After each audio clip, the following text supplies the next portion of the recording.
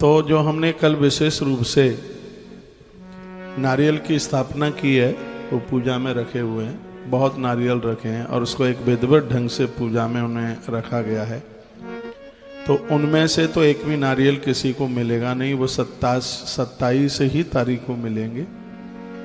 जो लोग बीच में आए हैं, हम इतनी दूर से आए हैं तो हमारे पास पुराने नारियल हैं, तो यदि उनमें उनकी संतुष्टि हो तो अभी थोड़ी कथा करके, थोड़ी कथा आप सुन लीजिए। हरवंश पुराण की कथा है और वंश वृद्धि के लिए बहुत ज्यादा विशेष है। आप भागते भागते आते हैं, थोड़ा टाइम लेके आइएगा,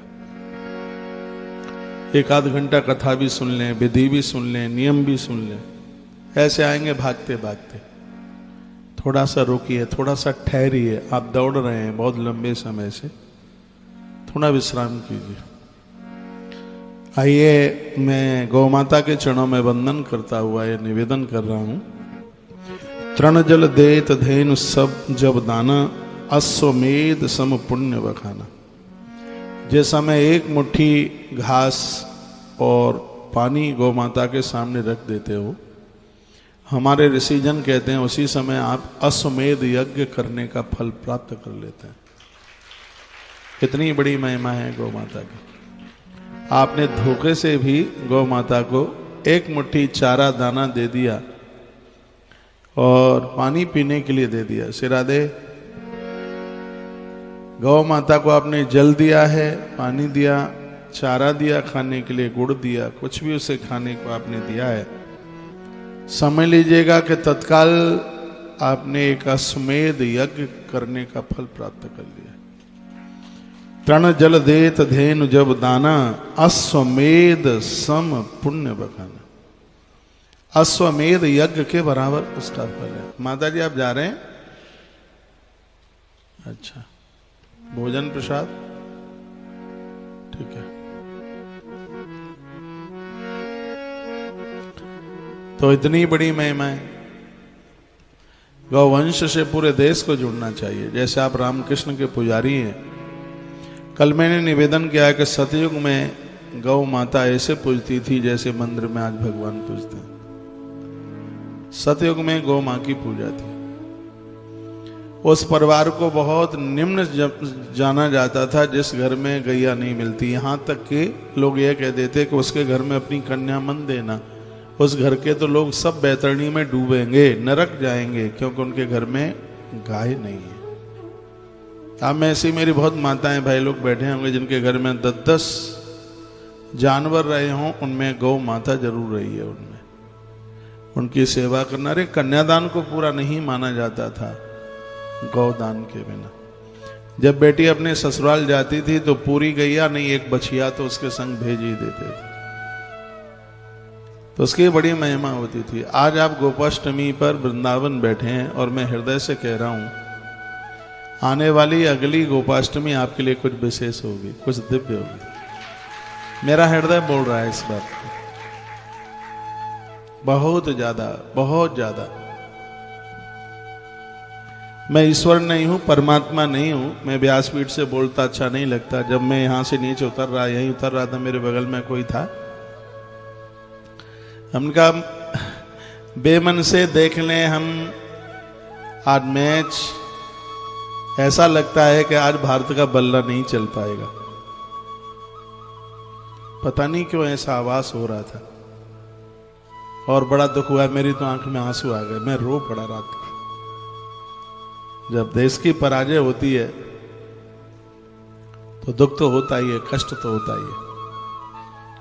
कभी कभी ऐसा आभास हो जाता है, और अभी भी मुझे आभास हो रहा है कि आने वाली अगली गोपाष्टमी जब आएगी तब आप कुछ अलग होंगे, कुछ दिव्य होंगे, कुछ विशेष होंगे। मैं सभी भाई बहन को जिनको संतान नहीं है, आप घर में कहीं भी हैं, आप एक नियम के साथ में इस कथा को सुन लीजिए। आपके घर की वंश बेल रुकेगी नहीं, वंश वृद्धि नहीं रुकेगी। हरवंश पुराण की इतनी बड़ी महिमा है। और मैं गौ माता की कुछ बातों से आज के कार्यक्रम को आरंभ कर रहा हूं। दरस परस अघनासत भारी, काहन कामधेनु मतिधारी। इसके दर्शन मात्र से विघ्न दूर हो जाते हैं। जब कहीं आप घर से बाहर जा रहे हो और गौ माता अपने बछड़े को दूध पिलाती हुई नजर आ जाए, आपका कार्य 100% पूरा बनेगा, उसमें अधूरापन रह ही नहीं सकता। इतना सुंदर शकुन। गौ माता की सूर्य केतु नाड़ी को हृदय से स्पर्श करने पर हार्ट अटैक जैसी बीमारियां, ऑपरेशन लोगों के रुक गए। इतना बड़ा प्रभाव गौवंश का है। गौ माता को जो लाड़ दुलार करते हैं वो बूढ़े कहाँ होते हैं। भगवान कृष्ण 125 साल तक युवा बने रहे, वो बूढ़े नहीं हुए। एक भी दिन कन्हैया का ऐसा नहीं था। कितने आश्चर्य की बात थी, महाभारत के युद्ध में भी भगवान अपने शिविर में गैया बांधे थे, बहुत बड़ी बात थी। नित्य का गौदान करना, गाय का ही दूध पीना। भले ही प्रभु द्वारका चले गए, यहाँ की गैया वहां लेके गए। जो यहाँ की गैया गुजरात में पहुंची वही तो गिरी गाय है, वह गिरी है। अब तो गुजरात में गांव है गिरी के नाम से, पूरे देश में वहां की गाय को माना जाता है, लेकिन वो गाय पूर्व से इस ब्रज की है। ऐसा बताते हैं कि किसी जमाने में इस ब्रज मंडल में 1500 प्रकार की नस्ल देसी गोवंश की होती थी। 1500 किसे कहते हैं?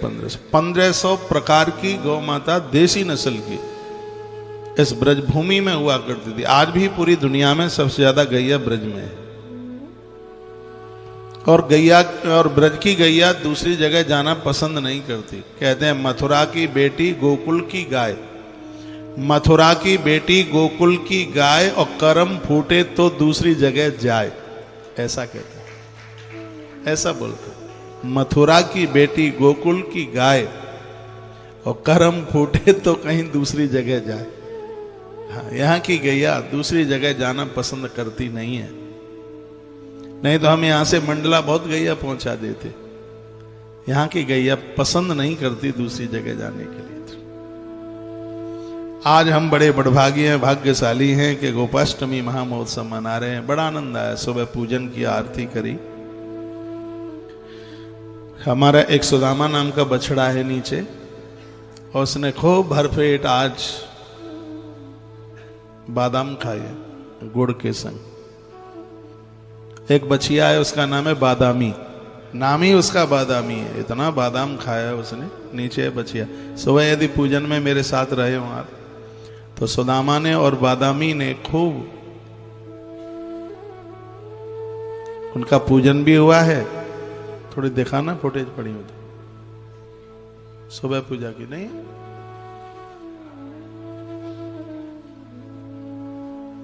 फिर हम गौतीर्थ तुलसी तपोवन गौशाला चले गए।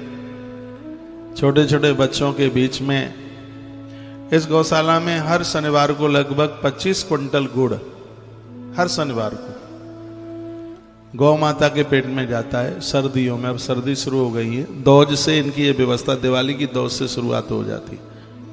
4 महीने में जितना भी शनिवार पड़ेगा तो हर शनिवार को 25 क्विंटल यानी 2.5 टन गुड़ गौ माता के पेट में। इसलिए गैया तंदुरुस्त है। ऐसा बताते हैं, लाल किताब भी कहती है कि यदि किसी के कुंडली में कोई ग्रह दोषित बन के बैठा है, शनि बैठा है, प्रतिकूल होकर के राहु बैठा, आप कहीं भी अपने घर पर भी हर शनिवार को गौ माता को गुड़ दीजिए, शनि की प्रतिकूलता अनुकूलता में बदल जाएगी। आप सबका शनि ठीक रहे, इसलिए हर शनिवार को यहाँ पर गौ माता को गुड़ खिलाया जाता है।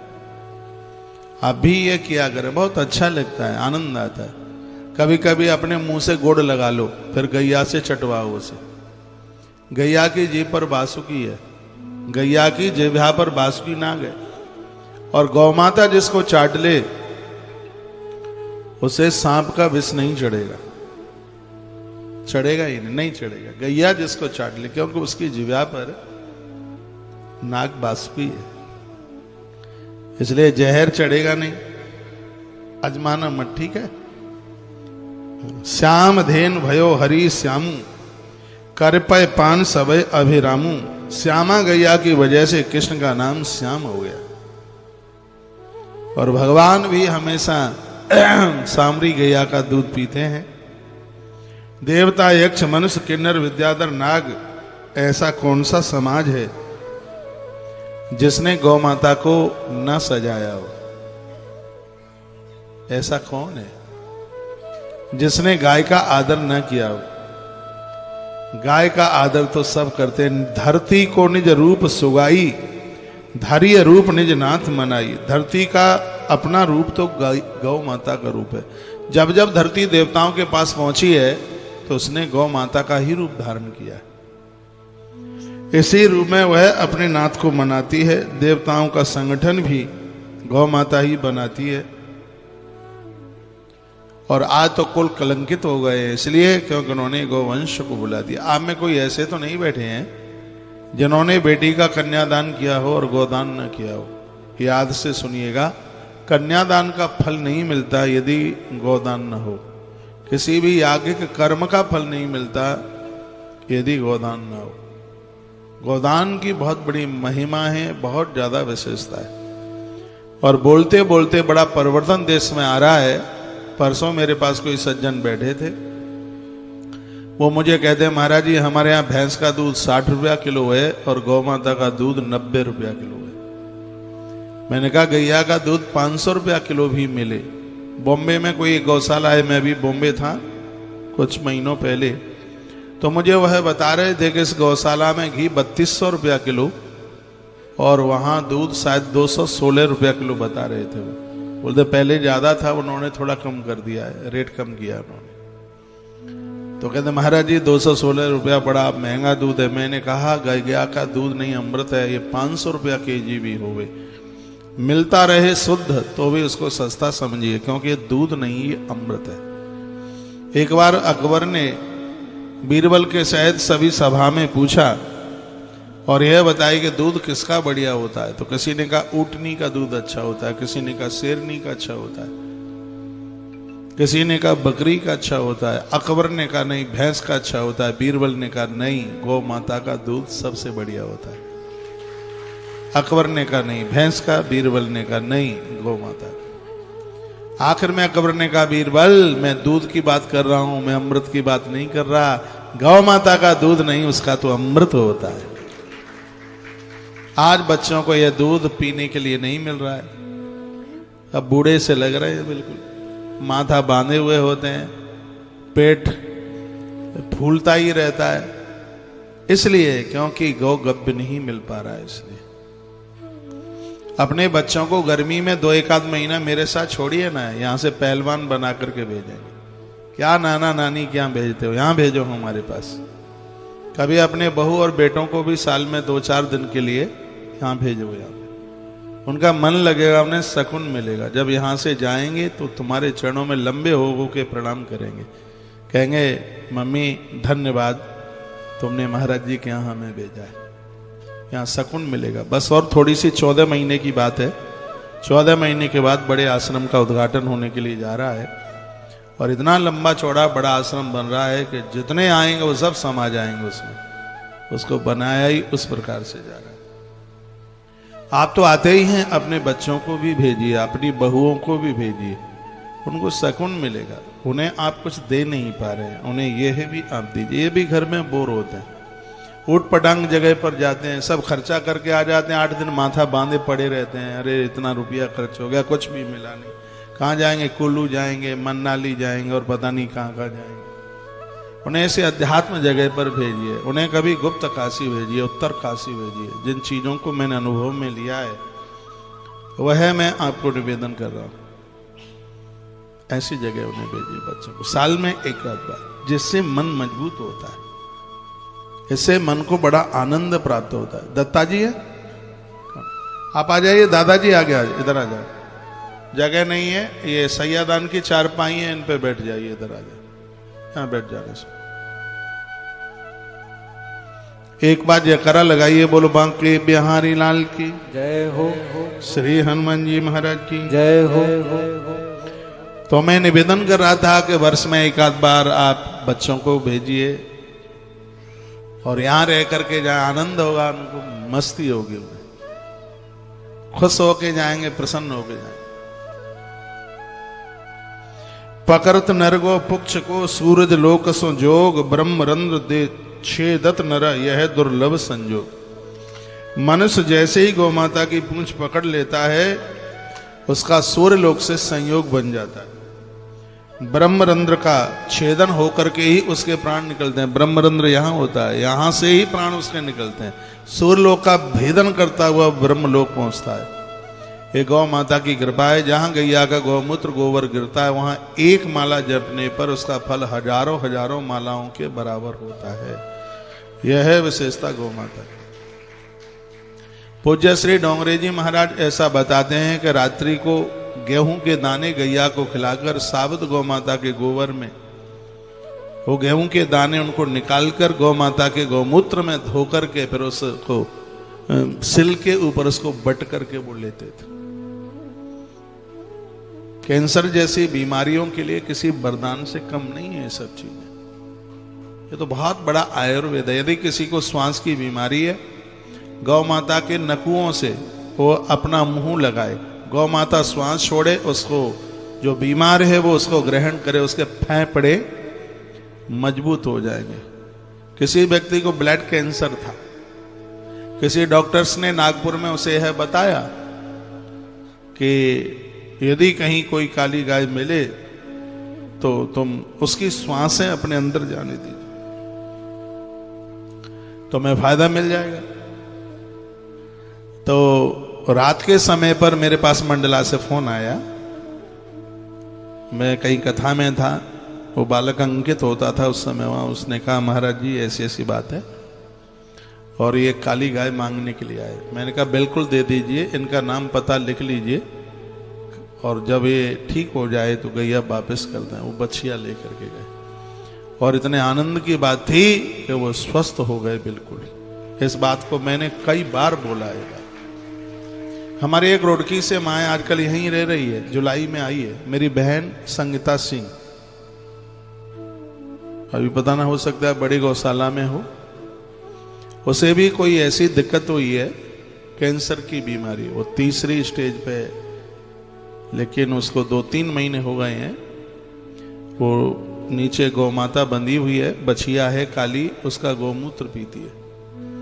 कुछ मैंने उसको पत्तों का रस बताया है, उसको वह लेती है, थोड़ा दूध लेती है और यहीं रह रही है 3-4 महीने से। और वो अपने आप में बिल्कुल भगवान की कृपा से स्वस्थ हो गई है बिल्कुल। नहीं तो हॉस्पिटल में जाके बसता है कैंसर का मरीज, वो यहां रह रही है, यहीं है, 4 महीना हो गया उसको। हो सकता है इस समय बड़ी गौशाला गई हो, यहीं है। अब मिल लेना जब वो आ जाए तब। उसके बेटा और बहू उसकी सेवा में, वो भी यहीं है। बेटा यहीं से नौकरी कर रहा है, इंजीनियर है। तो फायदा है, 10, 20, 50, 60% नहीं, 100% फायदा है। कोई बाजार की दवाई नहीं, कोई कैप्सूल नहीं, कोई टैबलेट नहीं, सिर्फ गौमूत्र। मैंने 5-7 पत्तियां बताई हैं और उसका रस निकाल करके, ये ट्रीटमेंट है उसका। आराम से जीवन जी रही है, बहुत आनंद के साथ। घर के लोग ले जाने को कहते हैं तो बोलते हैं मैं तो मरी मराई जिंदी हो गई हूं, मुझे काहे को ले जा रहे हो, मुझे तो यहीं रहने दो, आराम से हो रहे।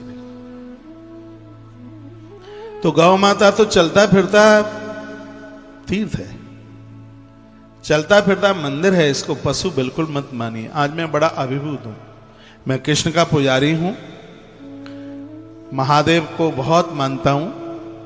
जन्माष्टमी, रामनवमी, शिवरात्रि हमें बहुत अच्छी लगती है, लेकिन आज का दिन हमारे लिए बहुत पावन है, बहुत विशेष है। आज को उपाष्टमी और ऐसे समय पकड़त नर गो पुच्छ को सूरज लोक संजोग।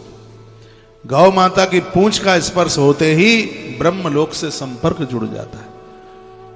इतनी बड़ी महिमा है। आपकी शादियों की तिथि आती है, बच्चों का जन्मदिन होता है, कहां कहां आप होटलों में जाते हैं, उस दिन कहीं किसी गौसदन साइड जाइए, गौशाला जाइए, थोड़ा गुड़ लेके जाइए, हरा चारा लेकर के जाइए, वहां कुछ कीजिए, खुद जाकर के पहुंच के। गौ माता के मध्य में आप अपने जन्मदिन और विवाह की तिथियां मनाएं, आनंद हो जाएगा, धरती पर स्वर्ग उतर के आ जाएगा आपके लिए। बसत धेनु संग संपद नाना, बसत धेनु संग संपद नाना, तजत धेनु दुख वरवस आना। गैया को स्वीकार कर लिया, संपूर्ण संपत्ति तुम्हारे संग हो जाएगी। गौ माता को अपने आप से दूर कर दिया तो दुख के अलावा हमारे पास कुछ नहीं बचेगा। जीवन में सुख चाहते हो, ऐश्वर्य चाहते हो, आनंद चाहते हो, तो गौ माता के संग में जुड़ जाइए। इसको अपने आप से अलग मत कीजिए। इसकी परिक्रमा किया करे, इसकी प्रदक्षिणा किया करे, 5 गायों का नाम रोज लिया करे। कितनी देर लगेगी? नंदिनी मैया की जय हो, सुरभि मैया की जय हो, बहुला मैया की जय हो, सुभद्रा मैया की जय हो, सुशीला मैया की जय। गावो पंच पवित्राणी, ये सागर से 5 पवित्र कामधेनु निकली। इसका दूध, इसका गौमूत्र, इसका गोबर का रस जीवन में कुष्ठ रोग ना होने दे, पैरालाइसिस ना होने दे। गोबर के रस की इतनी बड़ी महिमा। गौ माता का सबसे श्रेष्ठ यदि कुछ है तो गौ माता के गोबर में से निकला हुआ रस। इसको सूती वस्त्र में ऐसे रख करके और उसको ऐसे दबाया जाता है तो उसमें से बूंदें टपकती है। गर्म में खौलते हुए गौमूत्र में 4 बूंदें वो डाल दिया जाए, इतनी बड़ी दवाई बनती है जो अंदर के सभी बीमारियों को समाप्त कर दे। इतनी बड़ी दवाई, इतनी बड़ी औषधि बनती है। अभी कोई किसी वैज्ञानिक का, मैं परसों के दिन शास्त्री जी ने मुझे वीडियो भेजी थी,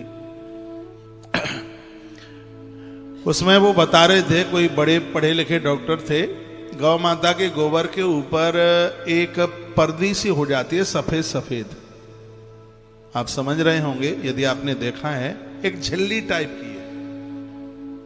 उसको उतार करके बताते हैं कि उसमें से वो निर्माण किया गया, इतनी बड़ी बीमारी को खत्म करता है।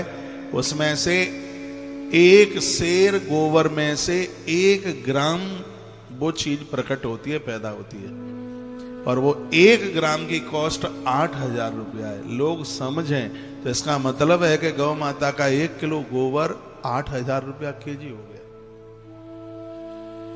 अभी ऐसी कोई दवाई मेडिकल साइंस के पास में नहीं है जो डायबिटीज को जड़ से खत्म कर दे। हाँ, उसका स्तर नीचे कर देगी, लेकिन जड़ से खत्म नहीं कर पा रही है। लेकिन एक ऐसा गौमूत्र है जो मधुमेह रोग को जड़ से खत्म कर रहा है। तो गौ माता तो चलता फिरता तीर्थ है बिल्कुल, इसको समझिए। मैं अपनी बढ़ाई नहीं कर रहा हूं। सुबह से लेकर अभी मैं यहां आया हूं तो मैंने इतना सा थोड़ा सा दूध लिया है, और ये मुझे पता है कि आप पूरे दिन भर भूखे नहीं रह पाएंगे, चक्कर आएंगे, नीचे गिर जाएंगे। 2 लोग तुम्हें संभालने के लिए चाहिए। आप नमक के बिना नहीं रह पाएंगे, आप मीठे के बिना नहीं रह पाएंगे, लेकिन ये गौ माता की कृपा है, मैं आपके सामने बैठा हूं। बिल्कुल ऐसा लग ही नहीं रहा है कि मुझे कोई कमजोरी है, अन्न छूट गया है, रोटियां छूट गई हैं, ऐसा मुझे एहसास नहीं हो रहा है बिल्कुल भी। और जिस समय इतना सा दूध ले लेता हूं, पूरी ताकत आ जाती है, पता नहीं कहां से इतनी एनर्जी बढ़ करके आती है। मैंने समझ लिया है कि पदार्थ नहीं है, ये अपने आप में सच में बहुत बड़ा अमृत है, बहुत बड़ा अमृत। यहां से मैंने आपको घी की छोटी छोटी डिब्बियां सी देना शुरू किया है। इसको दवाई नहीं, इसको अमृत मानकर लेके जाना। मैं वायदा करता हूं आपके बच्चों के अंदर चिड़चिड़ापन नहीं रहेगा। जो देश में कोई नहीं कर पाया, तुलसी तपोवन गौशाला करेगी युवाओं के लिए।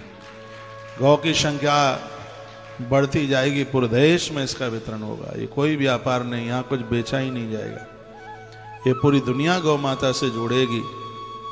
लाखों लाखों गौवंश होंगे तो उसमें कई हजारों गैयां दूध भी देंगी। उसका दूध है, उसका निकला हुआ घी आप लोगों के काम आएगा। बच्चे 10 घंटा कंप्यूटर पर बैठते हैं, रात भर सो नहीं पाते हैं, स्वभाव चिड़चिड़ापन हो गया है। आप उसको थोड़ा गर्म करके और हफ्ते में 2 बार उसकी नासिका में एक एक बूंद दोनों नाक में आप डालिए हफ्ते में 2 बार। उसके परिणाम आप देखिएगा। माइग्रेन जैसी बीमारियां, कोई आसपास कोई बीमारी रह ही नहीं सकती। कान में डालोगे, कान से लेकर के पूरे जबड़े तक का ये पूरा का पूरा तंत्र जुड़ा हुआ है, सब बीमारियां खत्म। नाभि में, गर्भिणी नारी की नाभि में आप 1-2 बूंद आप डालेंगे, बच्चा अंदर पल रहा होगा, उसको श्वास लेने में तकलीफ नहीं होगी। गर्भिणी नारी बिना ऑपरेशन के बच्चे को जन्म देगी। ये तो सब मैंने पढ़ ही नहीं रखा है, ये हमने तो अजमाया है। हमने दिया है ना बहनों को घी, घृत दिया है, और उसके परिणाम बड़े सुखद निकले। इसको एक अमृत के रूप में ये प्रसाद आप लेकर के जाइए, और आश्रम आपका है, और आप यहाँ आते जाते रहिए। यहाँ की हर चीज आपकी। थोड़ी सी दिक्कतें आ रही हैं क्योंकि एक तो गौ माता की गौशाला का निर्माण हो रहा है। 1000 सदन बहुत होते हैं, जो अभी हम निर्माण पर जितना खर्चा हो रहा है, फिर तो वो गौ माता के भोजन पर खर्चा होगा। मुझे फिर इतनी भीख मांगने की भी जरूरत नहीं पड़ेगी।